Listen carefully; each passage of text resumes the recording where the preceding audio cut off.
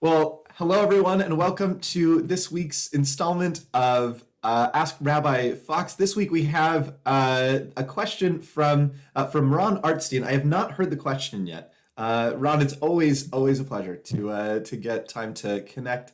And I'm wondering what question are you wondering about this week? What can we wonder about? I'm sure it wouldn't totally surprise you, the topic or general area, but my question is, what is the role of Hebrew in your daily life? And I'm Ah, specifically asking about your own personal daily life. so I um, I love Hebrew. I love the kind of the language, and I am not someone who is super strong on Hebrew, but my spoken Hebrew I think is a little bit stronger than my written Hebrew, just a little bit. And I think it's mostly from the times that I've spent in Israel, just kind of hearing it around me. In fact, I remember really well when I'd spent time in Israel. I lived on a kibbutz for a little bit, and I have a bunch of family in Israel, but they always spoke to me in English. They're all my cousins are all born in Israel, but the generation before that was born in the States, and they all speak English with an American accent. No accent at all for us anyway. Um, and so every time I would go there, I would speak to them in English. And I remember that the year in Israel, when you're in rabbinical school, you take 1 year in Israel, and just studying and a lot of that year is learning Hebrew. And I started getting more comfortable with speaking Hebrew. So I kind of tried out, paying my phone bill over the phone all in Hebrew, and using the Hebrew websites and things like that. And um I was speaking with one of my cousins. I don't even remember the name of it, but it's not too far from HUC in Jerusalem, and it's right next to one of the entrances to the old city. But there was a brand new kind of outdoor mall that was put together. And we were walking by an Aroma Coffee, and I'm talking to my cousin, and we're speaking in English because we always speak in English together. And I mentioned that I paid my phone bill, and she said, "Oh my gosh, like I don't know if they have an English whatever." And I just kind of slipped into speaking in Hebrew, saying, like, well, if I need to pay my phone bill, like I can try using Hebrew, whatever. And she was just shocked. She's like, "You speak Hebrew," and I think that was the extent of my Hebrew. But I used it a lot in Israel, and I'm really lucky also that Dory speaks Hebrew as well. She went to 12 years of day school, and so, or I guess it would be 13 years of day school, and so she had Hebrew around her for many years. I went to day school also, but not for nearly as long, and so we will use like a Hebrew word here or a Hebrew word there, and we also will use Hebrew with each other. Sometimes just fun. It's just, I don't know. There's something really satisfying and gratifying about using Hebrew. Um, but we'll also use it sometimes when we don't want other people to know what we're saying. Like, the way that people describe sometimes, families who have a generation older than them that speak another language. They talk about, they only learned the curse words in that language because it was only the words they didn't want anyone to hear. So it's not necessarily that, but we'll use it to.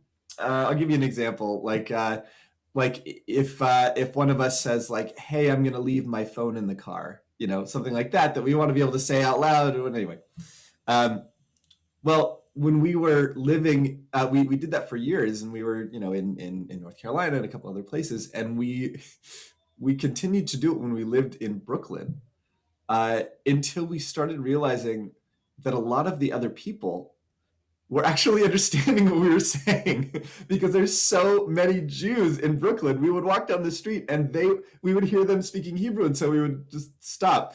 So we did that for many years until we got to Brooklyn, where we do it again now. And so that's a lot of how we use it. Of course, it's in prayer and in study and things like that too. But it's a very satisfying part of our internal family life. We'll speak also to Adi in Hebrew, which, by the way, presents its own challenges in terms of Hebrew having gender in so much of the language. And so we've looked into, there's a couple of different non-gendered Hebrew projects trying to find different suffixes like chol or che that try to be non-binary. And so we've experimented with that a little bit with the D. But a lot of it is actually just something that we use in our home life. So are you exposing, so that was my follow-on question was, to Yeah. what extent are you exposing your child to Hebrew? Do they let them consume media, read stories and books and stuff like that? All of the above. Yeah. Oh, please. Oh, and so all of the above. Yeah. So we don't have Adi watching too much TV. We try to limit the screen time, although given that we're on screen so much, and especially with family so far away, we'll Zoom with family on the East Coast, that kind of thing. But yeah, we have Hebrew songs that we'll sing or we'll play, and we have a lot of books in Hebrew. So Adi has become very familiar with Hatul Talul, the Cat in the Hat. In Hebrew, and we have a handful of others as well. But it's a lot of fun, and we get to read it, and then Adi will.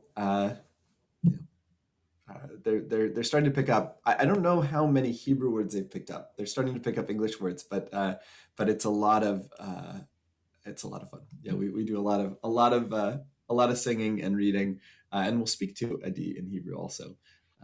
Right. But these, you wouldn't consider them growing up bilingual or to that extent, or? I wish that my Hebrew was strong enough to say, we're speaking to Adi completely in Hebrew, and then Adi will get English outside of the home. We do speak a decent amount of Hebrew, but I don't think I have quite the strength in Hebrew to feel like we could do it exclusively. So I wouldn't say bilingual, but I would imagine that Adi will feel like there's some strength in Hebrew because of the the amount that we speak at home. All right. Well, thanks. That was very interesting to learn and to know about you. Ron, it's really a pleasure. Thank you for asking. Thanks for asking about not just Hebrew, but our my personal connection, our family connection to Hebrew. It's really a pleasure to get a little bit of time to connect. Thank you so much. And I will say for anyone who is joining us, anyone who's listening, please let us know if you have a question, if you want to ask for one of the segments. Ron, it's such a pleasure. Thank you so much for asking the question, for joining for this week's installment. Be well, everyone. Thank you.